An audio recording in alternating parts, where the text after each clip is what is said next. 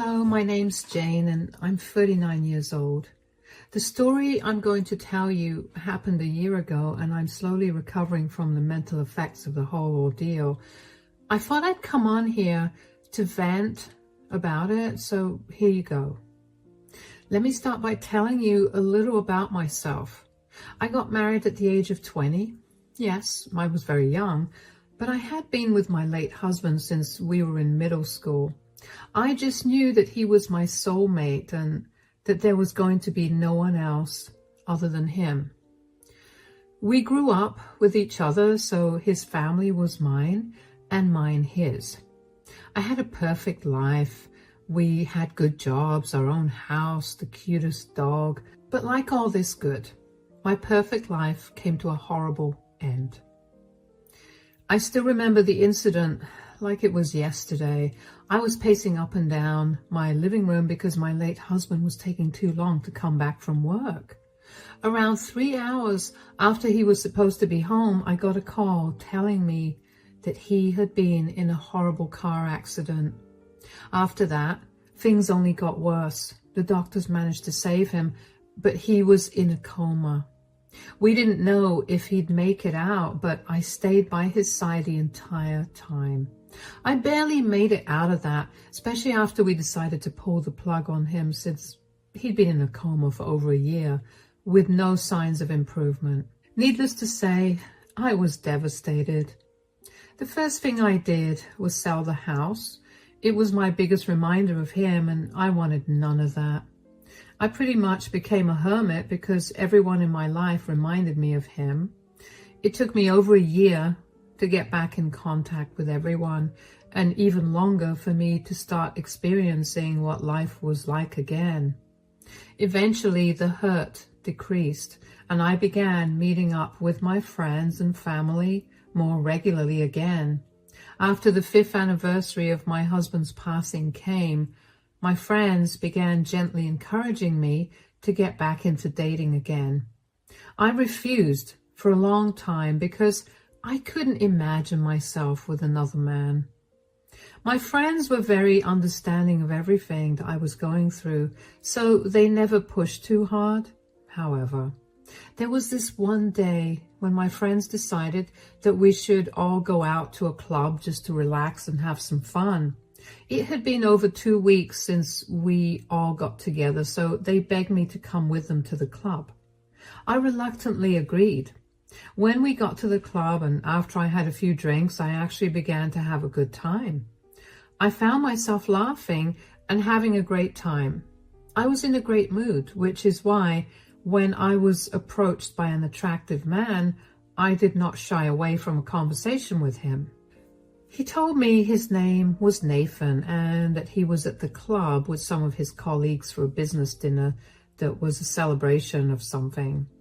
We ended up spending the rest of the night talking and enjoying each other's company, and at the end of the night, we exchanged phone numbers. Nathan and I texted each other throughout the next few days and eventually decided to meet up at a small bistro for lunch to get to know each other better.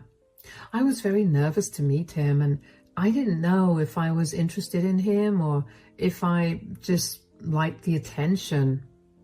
Regardless, my friends convinced me to give him a shot. So I met him.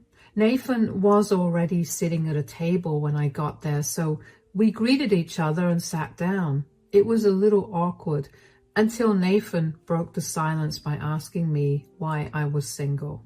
So tell me why you're still single. I mean, you're a beautiful woman. I can't seem to wrap my head around why you're still single. Oh, stop it. But my husband passed away 6 years ago, and I haven't been able to bring myself to see anyone else after that. Finally, my friends got tired of me being so alone, so they dragged me along with them to the club last week. Guess that was lucky for me. Oh, wow. I'm so sorry for your loss. If you don't mind me asking, how did your husband pass away? Well, he got into a car crash. He was in a coma for a long time, and eventually we had to pull him off the life support. That's horrible. Yeah, but I've had a lot of time to process his loss, and I'm in a much better place now. On to you now. Why are you single? You're very handsome, so I have to imagine that there's something wrong with your relationship status. There's nothing wrong about it. I was a married man too, but we ended up getting a divorce last year. Oh, if you don't mind me asking, why did you get divorced? Well, she was my high school sweetheart, and I guess we just grew into different people. It was an amicable divorce, so at least there's that much. Oh, wow. I bet it must have been heartbreaking to leave her. Not really. Like I said, we grew apart. We were looking for different things, and while I still loved her, I wasn't in love with her. We both realized that and decided the best thing to do was separate. Thank God we didn't have any kids. Really? Are you against having children? No, in fact, I really do want to have children. My ex-wife couldn't have children, which is why we didn't have any. What about you? What do you think about children? I've always wanted to have children as well. My ex-husband and I were waiting until we were in a financially stable position to have them, but, well, you know. Well, if our relationship does go well, we could probably have children in the future. I like the idea of that. But for now, why don't you tell me a little more about yourself? How about we eat and get to know each other while doing that? I'm starving. Of course. After that, let's just say that Nathan and I went on a lot more dates than I thought we would. We got to know each other and I realized I was falling in love with him. Nathan worked on the other side of the city, so he couldn't meet me so frequently, and I had no problem with that. For about 1.5 years, we barely saw each other more than twice a week. But after that, Nathan told me that he had been moved to an office that was closer to where I lived. Since we'd been together for 1.5 years, without any issues, we decided it would be best for us to move in. Along with that, we decided that it was time to introduce each other to our parents.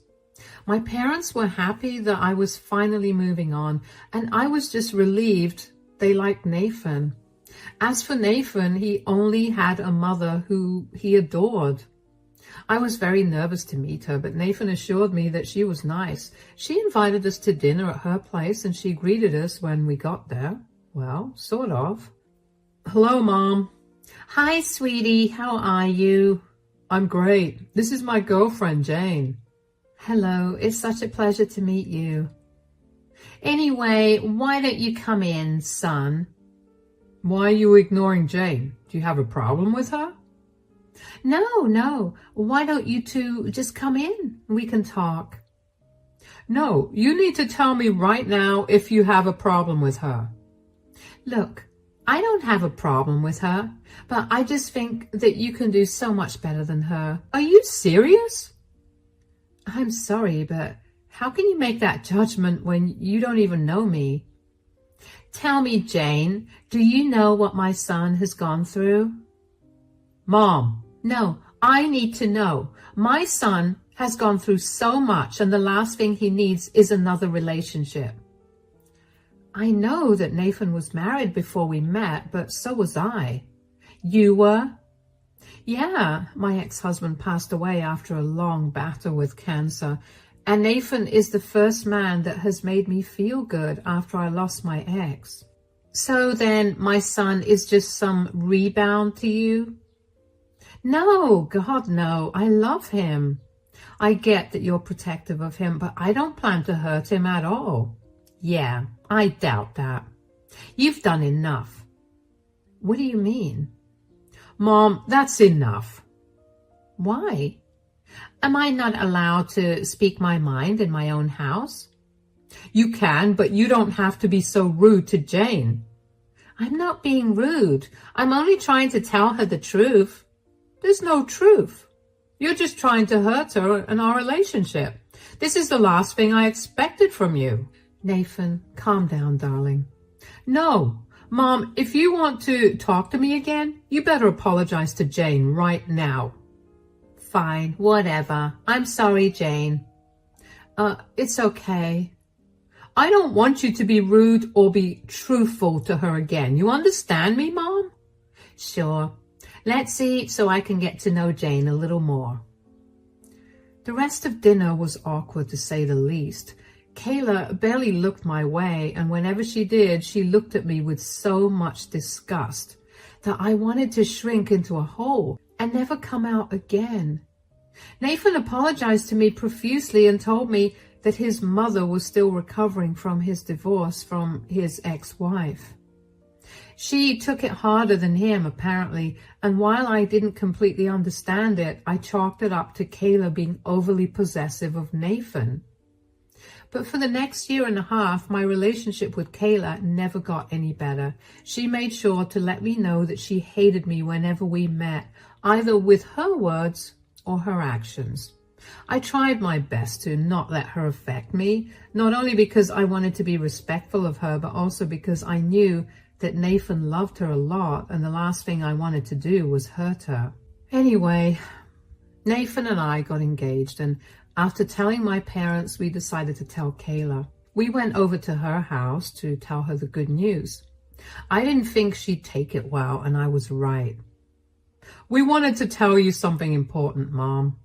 "Yes, what is it?" "We're getting married."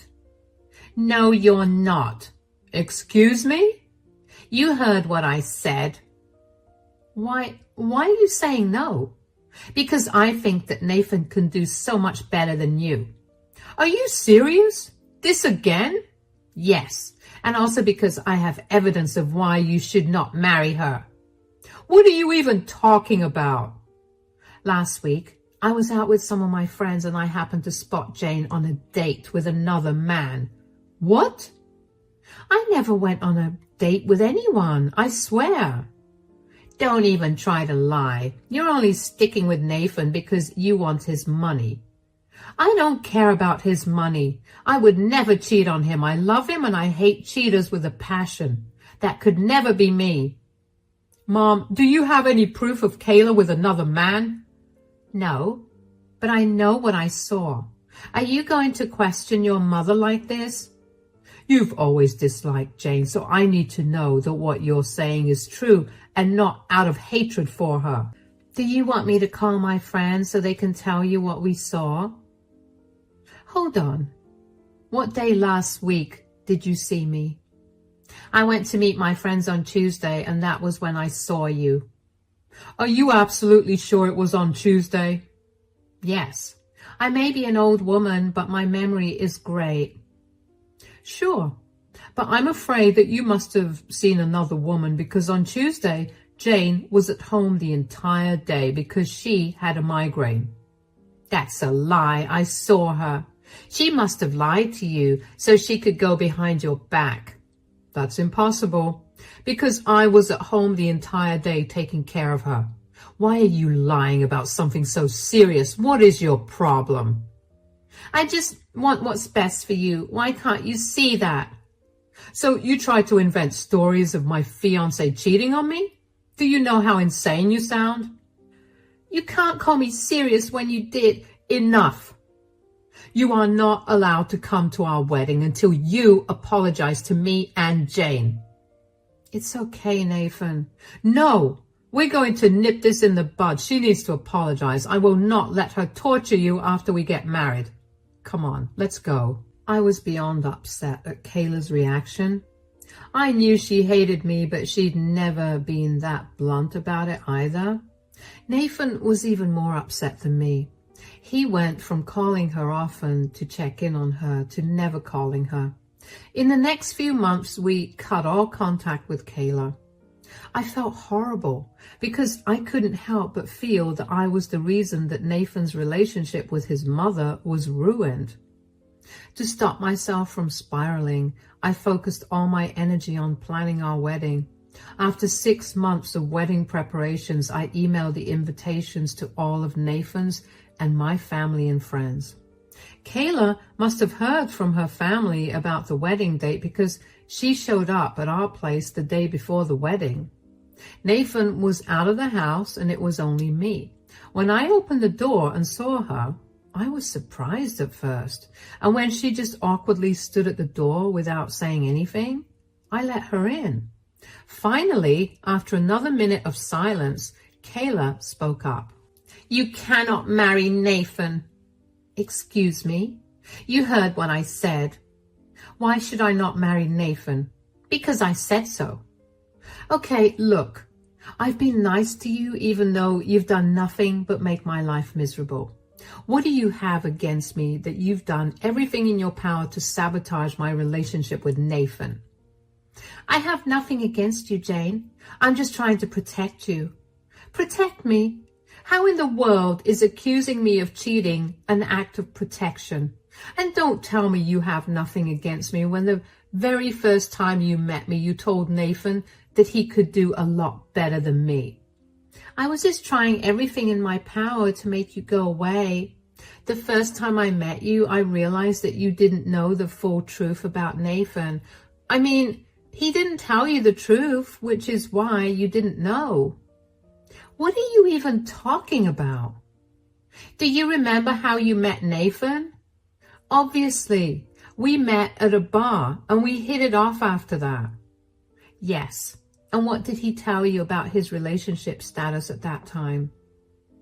He told me he was a new divorcee. That was a lie. What?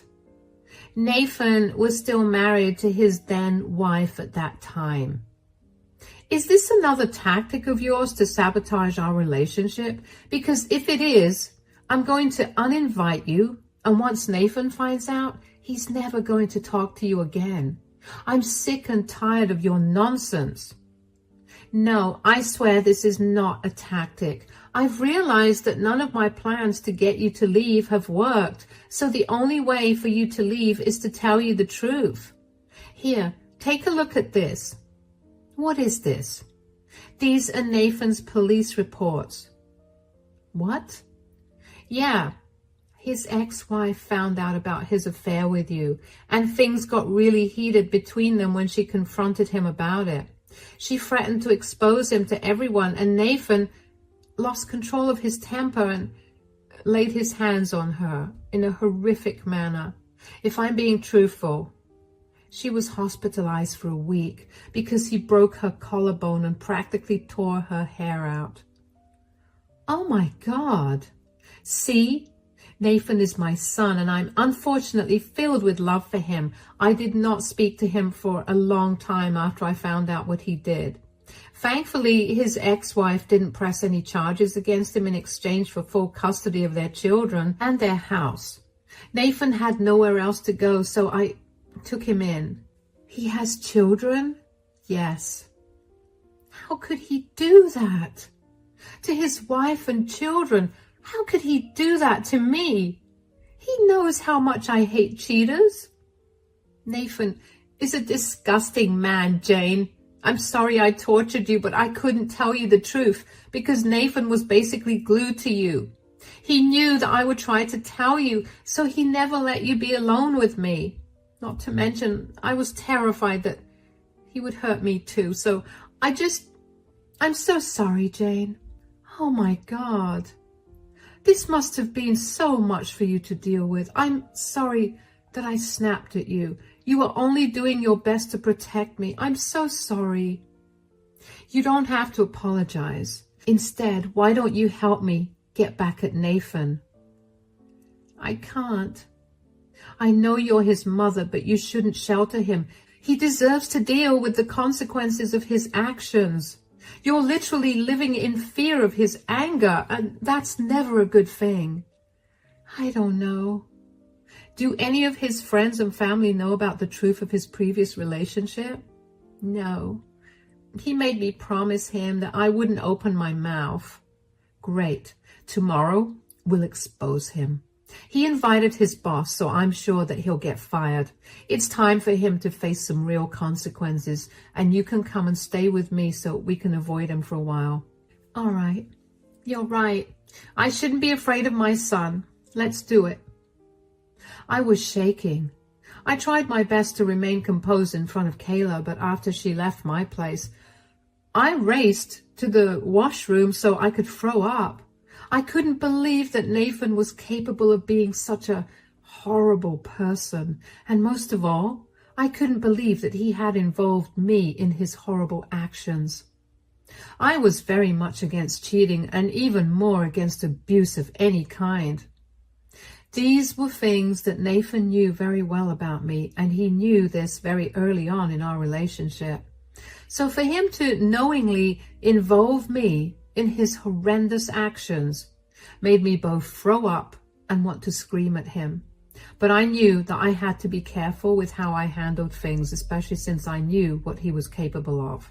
I made sure to tell Kayla that she needed to call Nathan and apologize to him. She needed to be at the wedding because I didn't count on Nathan not trying to harm her afterwards. I told her to pack all her necessities up and keep them in her car before she got to the wedding. I needed to make sure she was by my side the entire time. Then I told Kayla to tell Nathan that she wanted to apologize to me. I was sure that Nathan would want that to happen only with him present there. I didn't want to give him any reason to think that I knew the truth. Things panned out just like how I had predicted after Kayla apologized. Nathan forgave Kayla, and so did I for his mistake. I truly don't know how I got through the rest of that night, but I do remember being truly afraid that Nathan somehow found out that I knew the truth. When I wasn't afraid, I was seething with anger against him. I cannot even begin to describe to you how happy I was when it finally turned to morning. Nathan and I made our way to the venue where our wedding and reception was supposed to be held. We thankfully parted ways to get ready, and Kayla greeted me discreetly. She handed me a USB with all the proof of Nathan's actions against his ex-wife. I handed it to my maid of honor and told her to hand it over to whoever was manning the projection so they could play it as soon as I reached the altar. Eventually, it came time to walk down the aisle, and my stomach was in knots.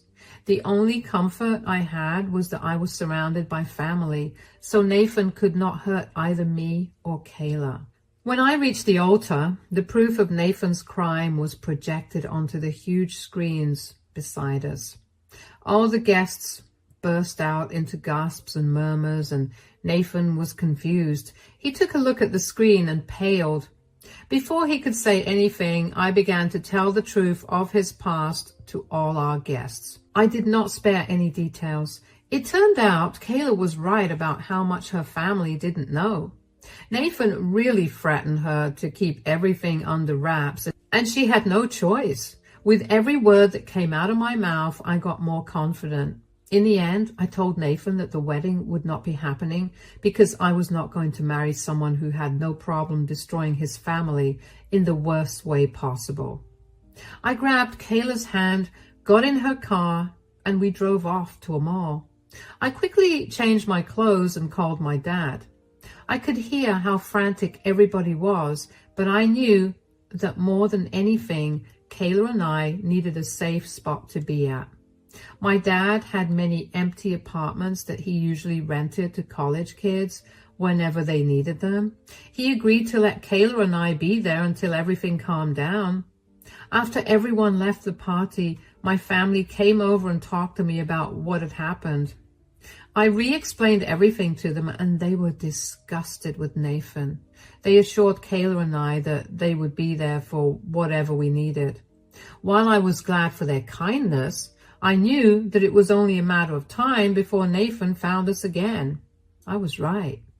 Nathan found us only a day later, and he came banging on the door. I carefully opened the door just a smidge so there would be no way for him to hurt me. "Why did you do that? You know how exactly you've ruined my life." "I only did what I had to do. You lied to me and absolutely demolished my trust. You knew how hard it was for me to get over the death of my ex-husband. You still lied to my face every single day for 3 years. That was to prevent this outcome." "Oh yeah? That's why you bullied your mother into keeping your secret? You knew she was terrified of you, and you used that against her." "Where is she anyway? She needs to get a piece of my mind." "Look, Nathan, your mother is filing a restraining order against you. She did the right thing by informing me about what your true nature is, and you will not hold that against her. Restraining order? I'm her son. I'm not going to hurt her. That didn't stop you from threatening her. Stay away from her. You know I have relatives that are cops. Do you want to mess with me? This is why I can't tell you anything. You always make a big deal out of nothing. How is hitting your wife and sending her to the hospital not a big deal? That is something you should have told me instead of spinning your wife into some evil entity who wronged you. You made me your side chick. Do you know how disgusting I feel because of you? So? Is it wrong for me to love you? You made me feel things that my ex never did. That is not a compliment. For a whole year, I was your side chick. You ruined your family, your wife, and your children using me. And you lied to me about everything. Do you not realize how insane you were for doing that? Our entire relationship was a lie. I only got lucky that your mom has a conscience. My mom is a snitch. She doesn't understand anything that I've been going through. I was a changed man because of you. Don't give me any of that. This relationship was doomed from the start. I don't want anything to do with you. Leave before I call the police. Oh no, I'm not leaving until you get me my job and reputation back. You have to tell everyone that you made everything up because you got cold feet and needed an excuse to not get married. Why in the world would I do that? I don't like to lie about huge things like that, unlike you. You have 2 minutes to leave before I call the cops. Bye, Nathan. I shut the door in Nathan's face and walked away from the door. I was terrified that he would try to lay his hands on me, or at the very least, break the door down. Thankfully, he didn't do either of those things. He left after that because I'm guessing he was scared that I would have called the police on him. After that, though, I made sure that I sheltered Kayla as much as I could, at least until her restraining order was in place. Both of us stayed at my dad's empty apartment that he had lent us for this very reason. In the meantime, Kayla and I managed to hear from various of her family members and my friends about what had happened after I exposed Nathan. Turns out, Nathan's company has a very strong policy against criminal records, whether they existed or almost existed. His boss was not happy to find out about what Nathan had done. To make matters worse, he had apparently told his boss that he needed to take 2 weeks off because his cousin passed away, when in reality he was dealing with the legal aspects of his divorce. So the company policy, along with Nathan's lies, made sure that Nathan got fired. It's a great thing that Nathan and I rented an apartment. We planned our wedding around the end of our lease because we had planned to purchase a house right after we got married. I'm so glad that we didn't do that before we were supposed to get married. Anyway, I had my brother and my dad accompany me while I went back to my shared apartment with Nathan to collect all my things. Nathan tried his best to get me to change his mind. I'm talking about getting down on his knees and crying while he begged me to forgive him and rethink our relationship. I was honestly disgusted beyond belief when I looked at him. I could not stop thinking about how he made me a part of his plan to ruin his family. I could not stop thinking about how I was a part of the reason that he hit another woman. It took everything in me to not throw everything in the house at him, but I knew that I had to be better than him. I did not give him the satisfaction of knowing that he affected me. I walked out of the apartment after barely looking his way. I heard that Nathan practically drank all his savings away. Even though we still had around 2.5 months on the lease of our shared apartment, he got kicked out after he failed to pay the rent after 1.5 months. He's been couch surfing at his friend's place. Well, whatever friends he's got left. He's been struggling to find a job, and last I heard, he's planning on moving to another state where nobody knows him so he can start afresh.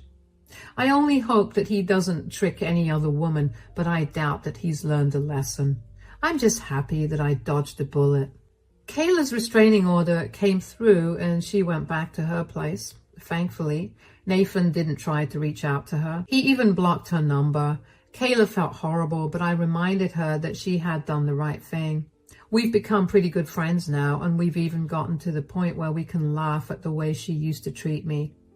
Life is getting better now. I still have a huge weight of guilt lying on me, but I'm in therapy and I'm working through it. The only reason I haven't crumbled is because all of Nathan's friends and family abandoned him. He doesn't have a job anymore and he's at his lowest. I'm grateful that he got to face the consequences of his actions. I still have a long road to recovery, but I'm sure I'll come out on the other side happier and more secure with myself. If you've listened to my entire story, thank you so much. I hope only the best for you.